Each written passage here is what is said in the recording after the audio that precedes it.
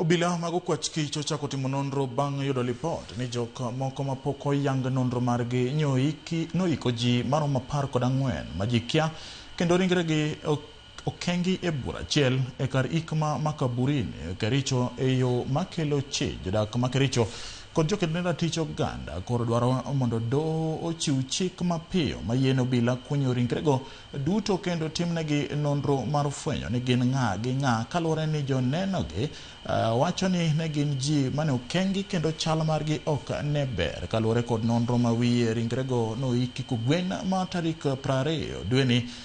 Kendo wachore ni gin ringre manowuok e kaunti ma Nyamira magitimore bang' joneno moko goyo lipot e tesend obila ma Kericho ewi magiwacho ni jok moko yande ochopo e kar ik Makaburini e kaunti ma Kericho kendo nyamburko marachar kendo loso gi jal marito kar ikno kendo bang'e kelo ringrego makelo chich kendo iki kanyo. Gi sani apedha dhi nyime mar ndiyo jarit mar kar ikno.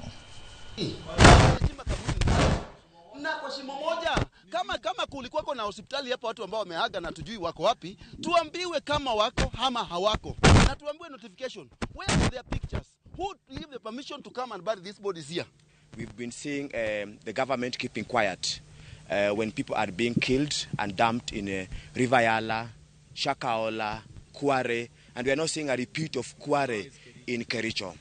So as a human rights organization, we are demanding a swift response in terms of a statement from the government, both the county government and the national government, particularly the county security team. Si mara ya kwanza watu kukuja kuzikwa hapa.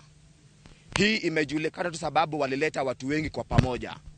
Kwa hivyo ile fununu ambayo inapatikana ni kwamba kuna watu wamekuwa kileta mwili za watu ambao wajulikani na kuzikwa hapa, lakini mara mwisho walileta watu zaidi ya 13, naambia 14, wakazika kwa grave moja. Na wale ambao walisaidia katika hii shughuli ambao sasa tunasema ni whistleblowers ndio wametoa hii ujumbe nje, and we are asking, itakuwaje watu fulani ambaye ni wauaji wazike watu ambao wajulikani kinyume cha sheria na vitengo vya usalama imekimya? Kwani hii county Kericho haina National Intelligence Service? Hii county Kericho haina DCI? Hii county Kericho haina even the local administrator? We want the bodies to be exhumed.